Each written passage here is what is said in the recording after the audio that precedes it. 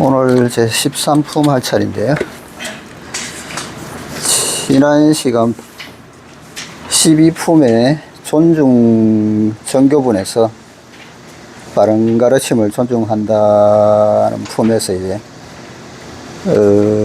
이 경을 수지 독송하는 사람이 이루는 공덕은 뭐 최상의 제일의 가장 희유한 법이라고 했는데요. 이게 뭐 길장선사가 이야기했듯이 부처님의 삼신의 공덕을 다 성취하는 거라고 했습니다. 그리고 그 경전, 이 경전이 있는 곳이 이제 부처가 있는 곳이요, 곧 우리가 존중하는 부처님의 제자들이 있는 곳이라고 했는데, 이 경전이 있는 곳이 이 경전 책을 놔두는 것이 아니고 우리가 수지 독송하는 이 경전을 수지 독송하는 우리 마음속에 경전이 있으면은 그곳이 바로 이제 부처가 있는 곳이고, 또 우리 부처를 항시 따르는 제자들이 있는 곳이라고 이야기를 했습니다. 그리고 오늘 이제 13품 법대로 수지하다 여법 수지분 들어갈 차례인데요. 우선 내용부터 볼게요. 그때 수보리가 부처께 아뢰었다. 세존이시여, 이 경전의 이름을 뭐라 해야 할까요? 저희들이 어떻게 받들어 지녀야 할까요? 부처께서 수보리에게 말씀하셨다. 이 경전의 이름은 금강반야바라밀이니 이 이름으로 그대들은 받들어 지녀야 한다. 왜냐하면 수보리여, 부처가 반야바라밀이라 한 것은 반야바라밀이 아니라 이름이 반야바라밀이기 때문이다. 수보리여, 그대의 생각은 어떤가? 열애가 법을 말한 바가 있는가? 수보리가 부처께 아뢰었다. 세존이시여, 열애께서는 말씀하신 바가 없습니다. 수보리여, 그대의 생각은 어떤가? 삼천대천세계의 모든 티끌이 많지 않은가? 수보리가 말했습니다. 아주 많습니다, 세존이시여. 수보리여, 모든 티끌은 열애가 티끌이 아니라 말하니 그것의 이름이 티끌이다. 열애는 세계를 세계가 아니라 말하니 그것의 이름이 세계이다. 수보리여, 그대 생각은 어떤가? 32상으로서 열애를 볼 수 있는가? 아닙니다, 세존이시여. 32상으로서 열애를 볼 수 없습니다. 왜냐하면 열애께서 말씀하신 32상은 상이 아니라 그것의 이름이 32상이기 때문입니다. 수보리여, 만약 선남자 선여인이 겐지스강에 모래수만큼이나 많은 목숨을 바쳐 보시하더라도 만약 어떤 사람이 있어 이 경전의 사국에라도 수지하여 다른 사람을 위해 말해준다면 이 복이 훨씬 더 많다. 지금부터 금강경의 수행법이 시작됩니다. 여러분은 앞에서 언급한 내용을 잊어서는 안 됩니다. 제1품에서 10품까지가 한 단락으로서 거기서 부처는 우리에게 하나의 수도 방법을 말해 주었습니다. 바로 일처의 것에 머물지 않는다. 즉 억무소주라는 것입니다. 만약 일처의 것에 머물지 않는 경지에 도달했다면 바로 반야바라밀을 이해한 것입니다. 13품에서 수행법을 말하기 전에 11품과 12품을 도입하여 수행의 중요성과 또 수행을 어떻게 존중할 것인가를 설명했습니다. 설명이 끝난 후 부처는 새롭게 하나의 방법을 말하기 시작합니다. 이시 수보리 백불은 그때 수보리가 부처님께 아뢰어 말하기를, 여기 한자에서 말하다라는 뜻으로 쓰이는 한자가 굉장히 많은데요. 뭐 백도 있고 은도 있고 설도 있고 고도 있고 뭐 담도 있고 여러 가지가 있는데, 일반적으로 백이라고 그러면은 보통 아랫사람이 윗사람에게 아래다라는 뜻으로 쓰이는 경향이 조금 많습니다. 물론 아닌 경우도 있지만은 뭐 옛날에 우리 뭐 개조심 주인 백이라고 하듯이 뭐 알리는 성향도 있고 한데, 일반적으로 아랫사람이 윗사람에게 아래는 형식으로 말할 때 백이라는 글자를 씁니다. 그리고 은이라는 것은 가장 뭐 광범위한 거고요. 그래서 백불은이라고 하면은 부처님께 아래에서 말한다 라는 뜻으로 보면 되겠습니다. 수보리가 부처님께 아뢰어 말하였다. 세존이시여 당하명 차경 아등 운하봉지, 마땅히 어떤 이름으로 이 경을 어떻게 이름해야 하겠습니까? 명은 여기서는 뭐 동사로 이름 짓다, 이름하다라는 뜻으로 보면 되겠습니다. 어떻게 이 경을 이름 지으면 좋겠습니까? 아등 운하봉지, 우리들은 어떻게 받들어 지내야 합니까? 불경은 모두 제자들과 현장에서 상의하여 이름을 지었습니다. 여기서 수보리는 묻습니다. 장래 이 대화 기록에 어떤 이름을 붙여야 할까요? 장래 우리가 이 불경을 볼 때 어떻게 해야 당신의 이름을 받들어 행할 수 있겠습니까? 어떻게 수행해야 합니까? 수보리는 이렇듯 장래 사람들의 상황까지도 고려합니다. 불고수보리, 여기 고가 나왔는데요. 고는 보통 알려주는 형식, 보통 우리가 뭐 고지하다 뭐 그런 뜻으로 많이 쓰는데요. 불고수보리, 부처님께서 수보리에게 말씀하셨다. 시경 명위 금강반야바라밀, 이 경은 이름을 금강반야바라밀이라고 한다. 이 시명자, 이 이름자, 저 명자라고 하면 이름자라고 하는데 그냥 명자 자체를 이름으로 보면 되겠습니다. 이 시명자, 이 이름으로서 여당봉지, 너희들은 마땅히 받들어 지내야 한다. 그대는 이번의 대화를 기록해 두었다가 이 경전의 이름을 금강반야바라밀이라 붙이고 이 이름으로 받들어 행한다면 될 것이다. 소이자하, 소이자하는 소이하고 자하 중간에 연자, 그러할 연자, 자연할 때 연자 있죠. 그게 준 것으로 보면 되는데, 소이는 보통 뭐 무슨 까닭이나 이유 정도로 유래 같은 거가 되겠죠. 그래서 소이연이라고 그러면 그러한 이유, 그렇게 된 이유를 이야기하겠죠. 그래서 소이자하라고 그러면, 자는 뭐 어조사고요. 소이자하라고 그러면 그렇게 된 연유가 무엇인가, 왜 그런가, 그런 뜻으로 쓰입니다. 왜 그런가? 수보리여 불설 반야바라밀, 여기 설은 보통 뭐 일반적으로 해설한다는 뜻으로 쓰이는, 해설할 때 해석하다라는 뜻으로도 많이 쓰이고요. 설이, 또는 뭐 우리 보통 유세하다 할 때 이 설자가 세자로 발음되면서 유세하다가 되는데, 그거는 이제 한다는 뜻으로 쓰일 때는 또 세자로 읽거든요. 근데 여기서는 이제 설명하는 거기 때문에 불설 반야바라밀, 부처님께서 반야바라밀이라고 말한 것은 적비 반야바라밀, 반야바라밀이 아니고 시명 반야바라밀, 그 이름이 반야바라밀이다. 금강경에서는 항시 이런 식의 말을 접하게 됩니다. 유가에서 불교에 반대해왔던 것도 이 때문입니다. 반야바라밀은 반야바라밀이 아니요 이름이 반야바라밀이다. 유학자들의 눈에는 이런 식의 말이 아주 불합리한 것으로 보였던 겁니다. 그냥 뭐 A면 A고 B면 B고 딱 떨어지는 게 없고 애매모호하게 자꾸 설명을 하기 때문에 불합리한 것으로 본다는 거죠. 사실 금강경은 무상의 지혜본문입니다.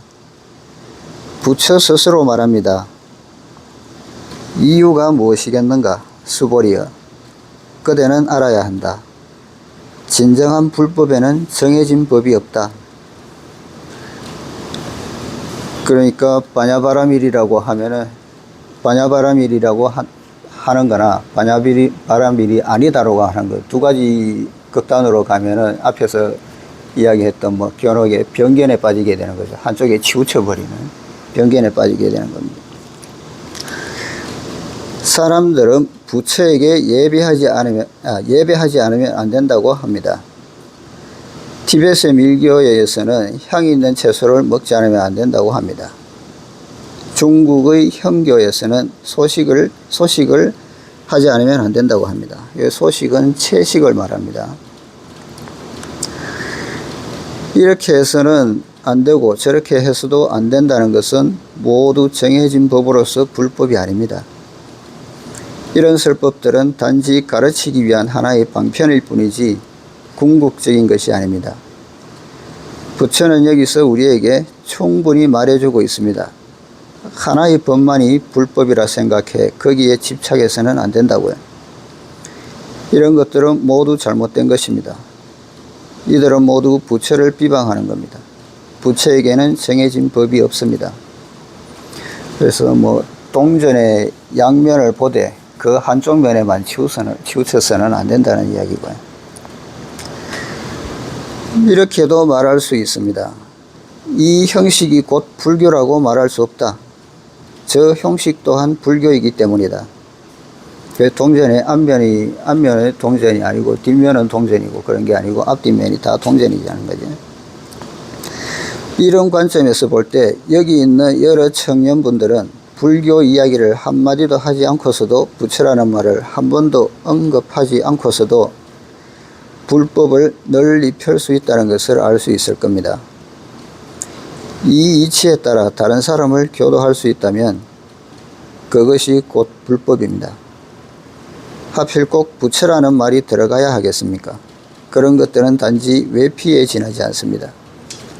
외피는 벗어 던질 수도 있습니다. 이 때문에 강연의 초두에서도 말씀드린 바 있습니다. 진정한 불법은 일체의 종교나 철학을 초월해 있으며 일체의 형식을 벗어나 있다고요. 바로 부처가 말하듯 진정한 지혜의 성취는 바냐바라밀이 아닙니다. 지혜가 최고의 단계에 이르면 지혜의 경계가 없어지며 그래야만 비로소 진정한 지혜라 할 수 있습니다. 이것은 노자 또한 말했던 바입니다. 크게 지혜로운 사람은 마치 어리석은 사람 같다. 지혜가 진정으로 크게 이르면 대단히 평범해집니다. 세상에서 제일 고명한 사람은 제일 평범한 법입니다. 달리 말하면 제일 평범한 것이야말로 제일 위대합니다. 저는 자주 이런 질문을 접하곤 합니다. 깨달음의 지혜는 어디에 있냐고요? 제 대답은 바로 여러분이 사용하는 조심해라는 말 속에 있다는 것입니다. 이 한마디가 바로 도입니다. 유의해라는 이 한마디가 바로 도입니다. 여러분의 마음이 드러나되 거기에 머물지 않기 때문입니다. 이렇게 된다면 바로 득도한 겁니다. 조심해. 여러분은 조심할 수 없습니다. 조심할 수 있다면 바로 득도한 겁니다. 세상의 것들을 모두 통속적인 것이라 생각해서는 안 됩니다. 이들은 모두 금강바냐바라밀입니다. 제일 평범한 한마디라도 여러분이 그것을 이해할 수 있다면 바로 성인의 설법입니다. 유의해. 누가 능히 유의할 수 있겠습니까? 조심해. 누가 능히 조심할 수 있겠습니까? 이렇게 할 수 있다면 바로 득도한 겁니다.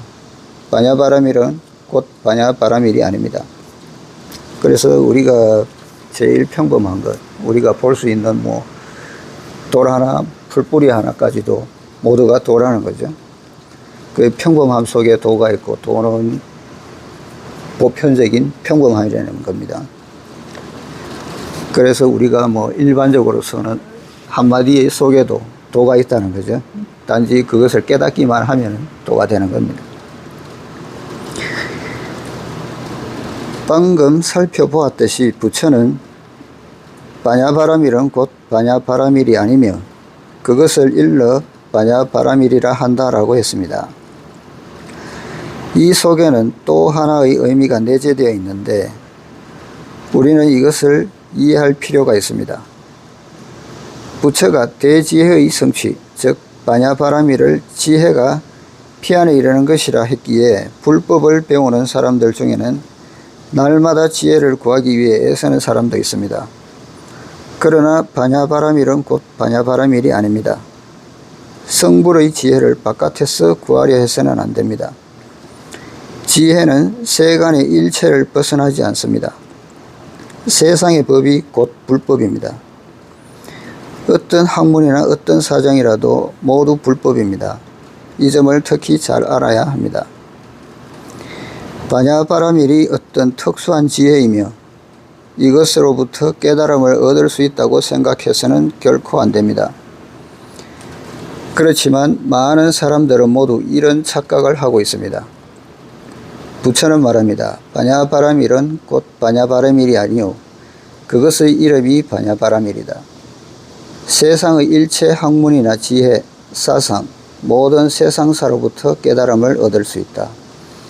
그래서 앞에서 이야기했듯이 이 경을 수제하면은 그 삼신의 공덕을 얻는다고 했는데 우리 삼신 중에 법신, 이 법신의 공덕 중에 하나가 무처부재, 그러니까 있지 않는 곳이 없다. 모든 곳에 존재한다는 거죠. 그 법신은 곧 진리니까 그 진리는 모든 곳에 존재한다는 거죠. 그래서 모든 세상사로부터 깨달음을 얻을 수 있다고 하는 겁니다. 그래서 선종의 깨달은 사람은 다음과 같은 명언을 남겼습니다. 푸른 취죽이 모두 법신이며 향기로운 노란꽃이 반야가 아님이 없다. 청청취죽, 푸르고 푸른 취죽은 비치색처럼 푸른 대나무를 이야기하는 거고요. 실시법신, 모두가 법신이다. 울울황화, 울이라고 하면은 우리가 보통 울창하다 하는데 풀이나 나무 같은 게 빽빽하게 울창한 거를 울울이라고, 그러한 모양을 울울이라고 하는데요. 울창한 황화, 노란 꽃이 무비반야, 반야 아님이 없다. 반야는 어디에 있을까요? 도처에 있는 것이 모두 반야입니다. 중국의 선종은 오직 금강경을 주체로 삼는데 이것으로 깨달은 사람도 많이 있습니다. 그러나 금강경을 읽어야만 깨달을 수 있는 것은 결코 아닙니다. 많은 사람들이 도처에서 수시로 개호합니다. 이것은 깨닫고 난 뒤에 한 말입니다. 예를 들면 영과 벽지불이 그런 거죠. 인연에 의해서 깨달은 사람들. 사실 지금 도로만 한번 내려다 보더라도 차량의 행렬이 흐르는 물과 같고 용과도 같습니다. 이것이 바로 반야입니다. 내려다보고 알아낼 수만 있다면 곧 깨달을 수 있습니다. 바로 푸른 취죽이 모두 법신입니다. 도처가 모두 불생불사의 법신입니다. 향기롭고 노랗다는 것은 형용하는 말에 지나지 않습니다. 피어있는 꽃이라면 부축꽃 역시 마찬가지입니다. 모두 반야가 아닌 것이 없습니다.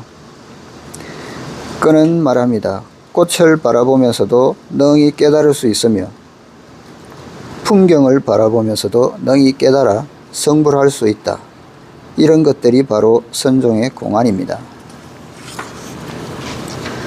송나라 때 소동파만큼이나 유명한 시인으로서 회당선사에게 선을 배운 황산곡이라는 사람이 있습니다. 이 산곡은 호고요. 이름이 황정견인데 송나라 때 문학가이기도 하고 정치가이기도 하고 서법가이기도 한 사람입니다.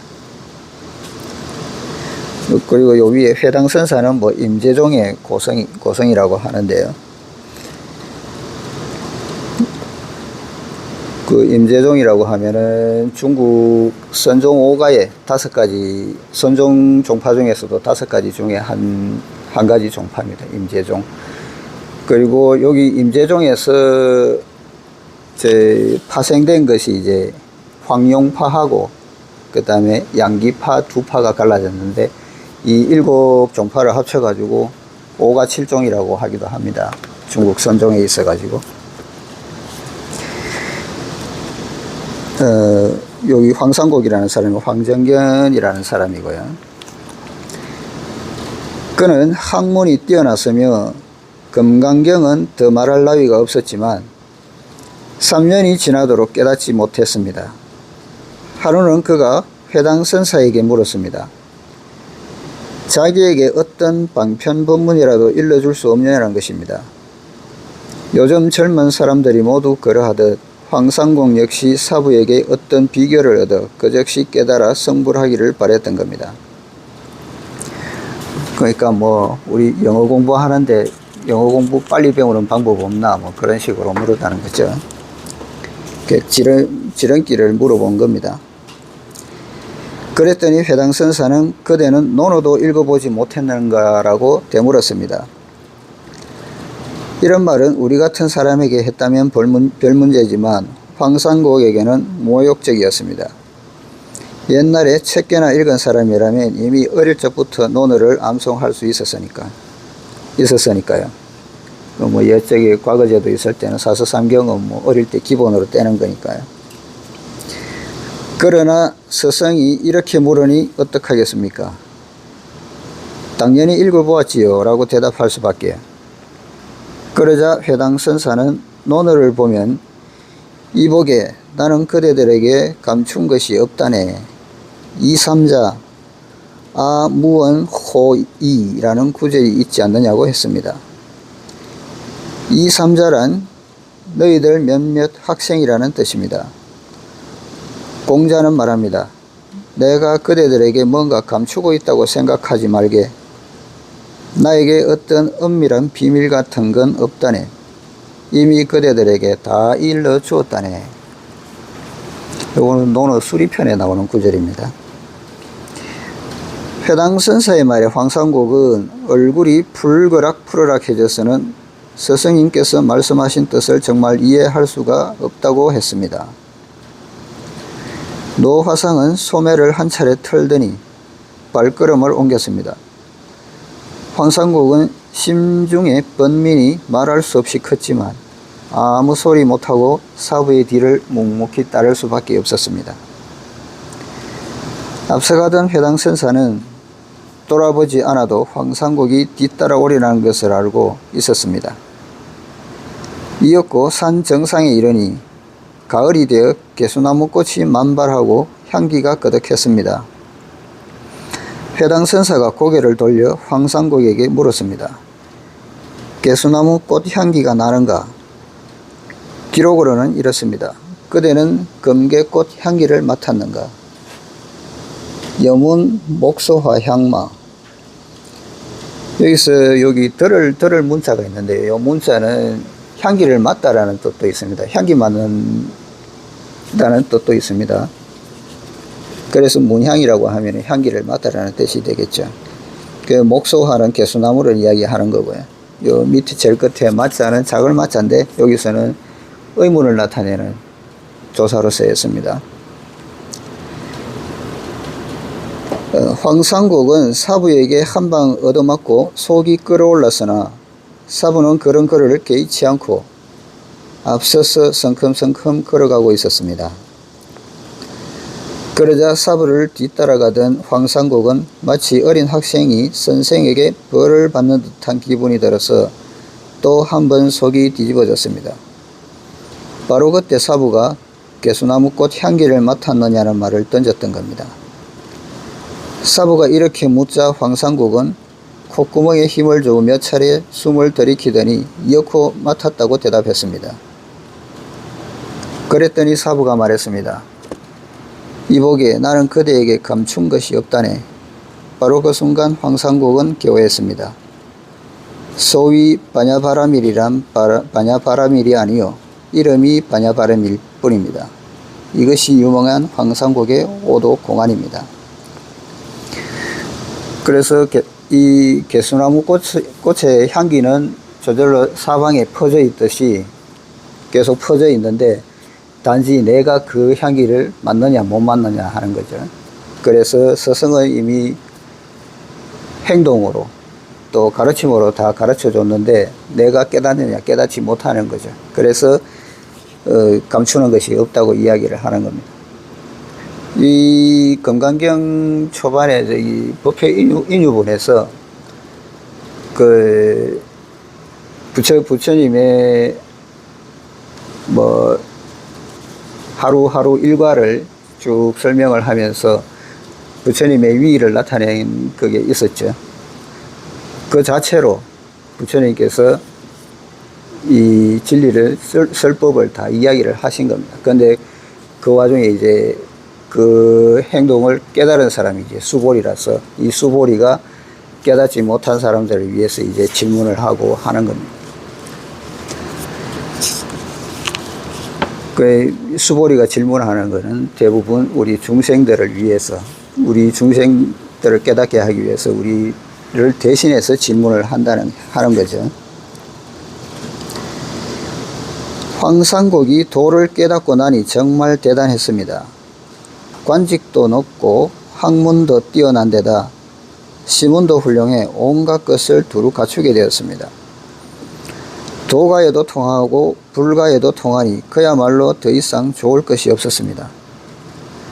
소위 제일 드문 사람, 제일 희유지인이 된 겁니다. 제일 드문 사람이 되고 보니 오만해졌습니다. 사부 이외에 천하 사람이 안중에 없었지요. 이게 사옥 중에 만이죠. 교만하는 마음. 일반 중생들이 내가 남들보다 뛰어나다고 생각하면은 자만하게 되는 것, 그게 만입니다. 후에 회당선사가 열반에 들면서 자신의 법을 얻은 제자로서 황산곡보다 젊은 황룡 사심오신 선사를 불러 당부하기를, 거대의 사형인 황산곡 거사는 깨닫긴 했지만 아직 대철대오에는 이르지 못했다. 반밖에 깨닫지 못했으나 누구도 그를 깨닫게 하기 어려울 것이다. 왜냐하면 이미 마음속에 자만심이 가득 차 있기 때문에 다른 사람의 말은 들어가지가 않겠죠. 이제 나는 떠나니 그대가 방법을 찾아서 그를 잘 교화하도록 하라 라고 했습니다. 황룡 사심오신은 즉시 황산곡에게 통지해 사부가 열반에 들어 화장을 해야겠으니 얼른 이곳으로 오라고 했습니다. 스님이 입적하면 책상 다리를 한 상태로 바깥으로 옮겨 놓은 후 덕법 제자가 불을 들고 앞에 서서 화장할 준비를 합니다. 앞에 서는 것은 설법을 하기 위해서입니다. 바로 그때 황산곡이 달려왔습니다. 와서 보니 어린 사제 한 명만 앞에 서 있었습니다. 황룡 사심오신은 비록 나이는 어렸지만 대철대오를 이룬 사람으로서 황산곡보다 경계가 높았고 또 스승의 지위를 계승한 스님으로서 법을 집행함이 상과도 같았습니다. 황산곡이 도착하자 황룡 사심오신은 불을 들고서 사형을 향해 말했습니다. 사형께 묻습니다. 이제 막 불을 붙이려 합니다. 그러면 사부의 육신은 제가 되고 말 겁니다. 이 불을 던지면 사부는 사라집니다. 사형과 사부는 어디서 다시 만나겠습니까? 대답해 보시오. 황산곡은 대답할 수 없었습니다. 그렇지요. 이 문제는 아주 엄중합니다. 사부의 육신은 재로 변해버릴 것이고 자신도 장래에는 죽어 없어질 겁니다. 두 사람이 어디서 다시 만나겠습니까? 여기 앉아있는 여러분도 한번 말해 보십시오. 어떤 사람은 서방 극락 세계에서 만나리라 말하겠지만 황산곡은 그렇게 말할 수 없었습니다. 다른 말이 필요 없습니다. 여기 앉아있는 여러분은 모두 현재의 사람이지만 여러분도 돌아가 밤이 되면 잠을 자고 저도 밤이 되면 잠을 자니 우리가 어디에서 다시 만날 수 있겠습니까? 바로 이 문제입니다. 그 순간 황상국은 대답은커녕 얼굴이 새파랗게 질리다 못해 까맣게 변해서는 찍소리도 못한 채 돌아갔습니다. 황상국에게는 연이어 불행한 일이 일어났는데 당시 그는 정치적 알력으로 인해 황제로부터 관직을 강등당하여 귀주의 연주 공매국으로 전임하게 되었습니다. 요거는 뭐 술, 담배를 관리하는 관청 정도 되겠습니다. 그렇게 높은 지위에 있다가 일순간에 한낱 시골 구석의 말단 관원으로 전락했으니 보통 사람이라면 이런 상황에서 어떻게 견뎌낼 수 있겠습니까? 앞에서 무예복이 훨씬 중하다는 것을 살펴보았지만 억세게 재수없는 상황이 그로서는 도리어 수행에 힘쓸 좋은 기회가 되었습니다. 이게 바로 앞에서 이야기한 청복을 누릴 수 있는 좋은 기회가 되는 겁니다. 계림의 노상에 이르기까지 두 사람이 파견되어 그를 호송했는데 이들은 황상국이 장차 다시 높은 관직에 오를지도 모른다는 두려움 때문에 그를 함부로 대하지 못했습니다. 그래서 그는 가는 도중 줄곧 타좌하여 참선을 했습니다. 하루는 정오가 되어 날씨가 무척 더웠습니다. 그는 두 사람의 호송원과 상의하여 한 차례 낮잠을 자기로 했습니다. 옛날 사람들의 베개는 나무로 만든 것이었는데 그가 몸을 눕히려다가 그만 잘못해서 베개가 꽝 하고 땅으로 떨어졌습니다. 그는 깜짝 놀랐는데 바로 그 순간 진정한 개호를 했습니다.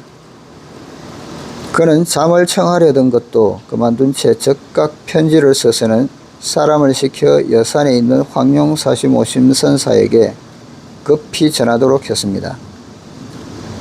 편지 내용은 이랬습니다.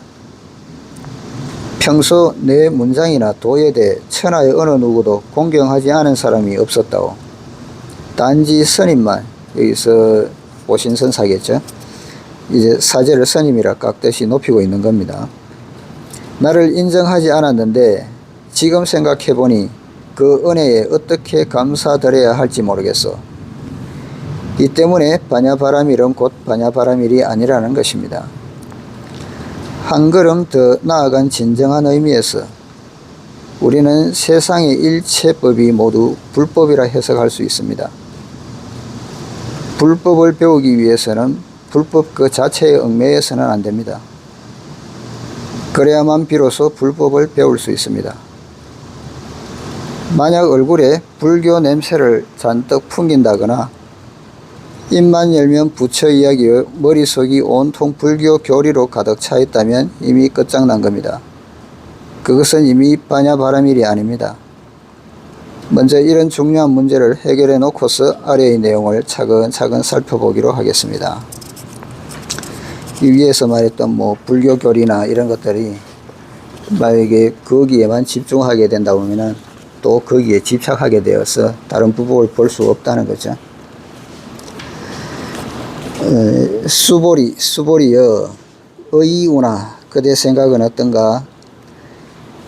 열애 유소설법부 열애께서는 법을 설한 바가 있는가 부 없는가? 여기서 부자도 요 불자 밑에 입구자가 있는 부자하고 같은 겁니다. 여기는 끝에 서여 가지고 의문을 나타내겠죠. 그래서 유부라고 하면은 있는가 있지 않은가 유를 부정하는 것, 그 동사를 부정하는 겁니다. 유부 그래서 뭐 가부라고 보면은 가한가 가하지 않은가 그런 식으로 의문을 만드는 겁니다. 수보리 백불은 수보리가 부처님께 아뢰어 말하였다. 세존이시여 열애 무소설 열애께서는 설한 바가 없습니다.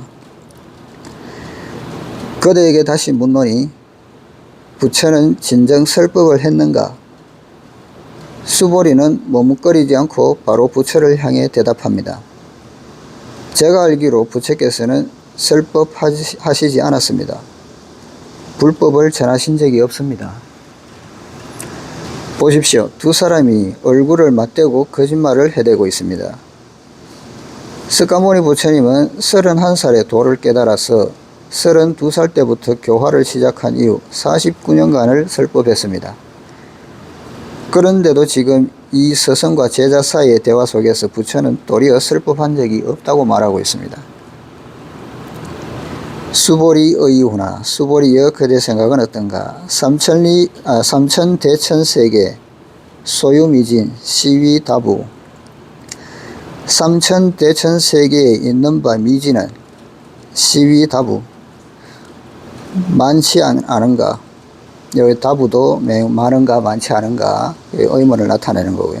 여기 소유는 있는 바라고 하는데 소유 자체로 모두라는 뜻도 있습니다. 그래서 있는 바 미진이 될 수도 있고 모든 미진이 될 수도 있는 거죠. 그래서 모든 티끌이 많지 않은가.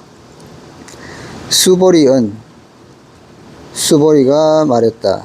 심다 세존 아주 많습니다. 세존이시여. 두 번째 물음입니다. 언뜻 보기에는 앞의 내용과 이어지지 않는 것 같지만 실제로는 서로 연관되어 있습니다. 수보리가 부처께서는 설법한 적이 없다고 대답하자 부처는 다시 묻습니다.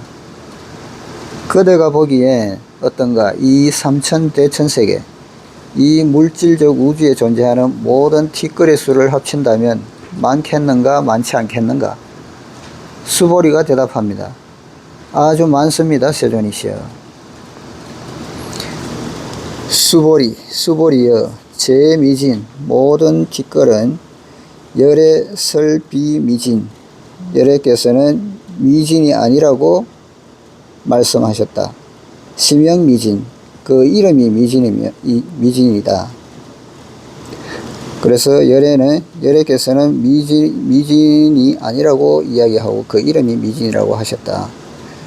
열의 설세계, 비세계, 심영세계 열애께서 말한 세계를 말하되 세계는 세계가 아니며 심영세계 그 이름이 세계이다. 이건 도대체 무엇을 말한 것일까요? 미진이란 먼지와 완전히 동일한 것은 아니지만 우리는 먼저 그것을 먼지라 가정하고 말해봅시다. 부처는 일체의 미진은 미진이 아니라고 합니다. 먼지란 없다. 먼지가 아니라 잠시 그것을 먼지라 이름 붙인 것이다. 부처는 말합니다. 삼천대천세계 세계는 없다. 잠시 그것을 세계라 한다. 이게 대체 무엇을 말한 것일까요? 육아에서 금강경을 두고 말하기를 도대체 알아들을 수가 없다. 무슨 말을 하려는 것인지 도무지 종잡을 수가 없다고 한 것도 이상한 일이 아닙니다. 반야바라밀은 곧 반야바라밀이 아니요 삼천대천세계 또한 삼천대천세계가 아니다. 말을 했는가 하지 않았는가? 말하지 않았다. 이러니 도대체 무엇을 말하는 것인지 알 수가 없습니다. 미진이란 불교 용어입니다. 미진은 달리 외색진이라고도 합니다. 과거 불경에서 말한 외색진이란 지금 우리가 말하는 전자나 핵자, 원자와 같은 종류를 말합니다. 외색진 외에도 내색진이라는 것이 있는데 이건 더 엄청납니다. 불교 공부를 하는 사람은 가령 연부를 하다가 마음이 조금 더 흐트러지지 않는 경지에 이르면 혹은 관상을 닦는 사람이 관에 성공하면 신물 이론에 이르러 자신의 전면에 또 다른 한 사람으로서 서 있을 수 있습니다. 여러분도 볼 수 있으며 대화도 할 수 있고 같이 일도 할 수 있습니다. 이는 바로 일체유심이 만들어낸 것입니다. 내색진의 영향으로 인해 발출된 것입니다. 당연한 일이지만 지금 세상에서 이 이치를 정득한 사람은 아주 드뭅니다. 그렇지만 이것은 절대적 진리로서 정득할 수 있는 것입니다. 이건 역시 연기성공이요 성공연기입니다. 연기는 다 본성이 공하다는 거죠. 그래서 외색진이라고 하면은 우리가 뭐 세성향 미촉으로 다 볼 수 있는 것, 또 느낄 수 있는 것, 그리고 물리적 현상, 이게 다 외색진이고요. 내색진이라고 하면은 보편적으로 우리가 마음속에 일어나는 작용, 이 외색진을 보고 일어나는 마음속의 작용, 그 내적으로 일어나는 작용을 이야기하는 겁니다.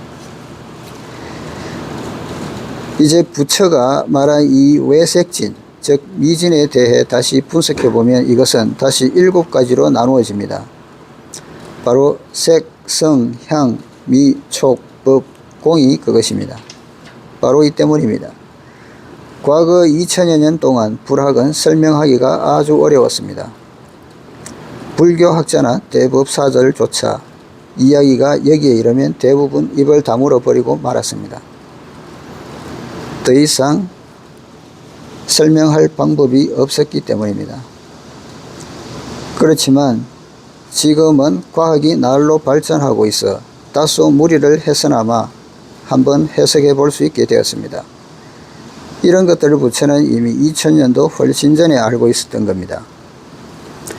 핵자나 원자가 폭발하려면 완전히 공이 되며 공으로 된 후 능히 빛을 발할 수 있고 소리로 진동할 수 있으며 사람을 죽일 수도 있습니다. 원자 폭탄이 한번 폭발하면 그 공의 영향이 한번 드러나면 사람들이 모두 변형되고 방사는 낙진에 노출되면 설사 죽지는 않더라도 치료할 수가 없습니다. 원자나 핵자는 최후로 나뉘어 공이 되는데 이 때문에 미진이 색성향 미촉법 공의 7가지로 나누어지는 겁니다. 그래서 원자나 핵은 뭐 우리가 현미경으로도 볼 수 있는 거니까요. 외색진인데 그것에 숨겨져 있는 힘 같은 거는 우리가 볼 수가 없죠. 그것이 폭발하는 것으로 느낄 수가 있는 거니까. 그래서 내적인 내색진을 이루고 있는 겁니다. 표현을 바꾸어 보면 부처는 이렇게 말하고 있는 겁니다. 이 세계는 하나하나의 먼지가 한 알갱이의 먼지가 하나의 분자가 조합되어 구성된 물리세계라는 겁니다. 지구상의 이 물리세계를 아무리 속속들이 분석한다 해도 본래가 공이므로 세계가 존재하지 않고 미진도 존재하지 않습니다. 일체가 원래 공입니다. 이 물질세계의 공은 반야바라밀이나 지혜 또는 심령, 최후의 공과 만나게 되니 바로 신물일원, 마음과 물체가 하나가 되는 신물일원입니다. 최후로 만나게 되는 진정한 공, 이 공의 경계가 바로 부처의 경계로서 이것이 바로 오도입니다. 이때의 오도란 닦아서 실제로 얻는 것이지 이론상으로 이해하는 것이 아닙니다. 공부를 통해 정득하는 것입니다. 이 경계를 어찌 말로 표현할 수 있겠습니까? 온종일 말해봐야 모두 아닙니다. 이 때문에 부처는 겨우 한다는 말이 자신은 쓸 법한 적이 없다고 했던 겁니다. 수보리는 말합니다. 그렇고 말고요. 부처께서는 법을 말씀하신 적이 없습니다. 사실 말할 방법이 없기 때문에 말이 되어 나올 수 없는 겁니다. 공이라 말해도 이미 그것이 아닙니다. 그것을 유라고 해도 세상에 존재하는 유는 결국 다시 공으로 돌아갑니다. 이 때문에 공이라고도 유라고도 말할 수 없습니다. 말하자면 적공적유요, 비공비유입니다. 그래서 계속 변화하기 때문에 우리가 요 별을 예로 들자면은 예전에 앞에서도 이야기했듯이 우주먼지가 중력장에 의해서 뭉쳐지고 뭉쳐져서 별이 되는데 이 별은 또 시간이 지나면은 또 백색외성으로 돼가지고 다시 터져가지고 다시 먼지로 돌아가죠. 그래서 있는 것도 아니고 없는 것도 아니게 되는 겁니다. 원래 없는 곳에서 만들어졌다가 다시 없는 곳으로 돌아가는 거죠. 그래서 유라고 하면은 유도 아니고 다시 먼지로 돌아가 버리기 때문에 없어져 버리기 때문에 유도 아니고 또 없다고 하면은 다시 뭉쳐져 가지고 또 무체가 별이 되기 때문에 없다고도 할 수 없는 거죠. 그래서 적공적이고 비공비유입니다. 금강경의 문장은 대단히 명쾌해서 이해하기가 아주 쉽습니다. 이론상으로 이해하기는 어렵지 않지만 이것을 닦아서 정덕하기란 참으로 어렵고도 어렵습니다. 그러나 이 정덕의 경계에 이르러야만 비로소 진정으로 불법을 배웠다고 할 수 있습니다. 그래서 뭐 다시 예를 들자면 우리가 어떤 기술 하나를 배운다고 할 때 이론적으로 그 기술을 배우는 게는 쉽죠. 근데 내 몸에 익히는 거는 엄청나게 어려운 겁니다. 뭐 운동선수가 운동을 하더라도 몸에 몇십 년을 해야 제대로 몸에 익힐 수가 있겠죠. 그런 거와 마찬가지로 정덕하는 거나 이론적으로 이해하는 거는 뭐 경기에 따라서 빨리 할 수 있어도 그 자체를 정덕해서 내 걸로 만드는 거는 그렇게 어렵다는 겁니다. 그래서 진정으로 불법을 배웠다고 할 수 있습니다. 정덕의 경계에 이르렀어야. 이 구절을 말하고 난 뒤 부처는 또 다른 문제에 대해 말합니다. 뒷부분은 다음 시간에 하겠습니다.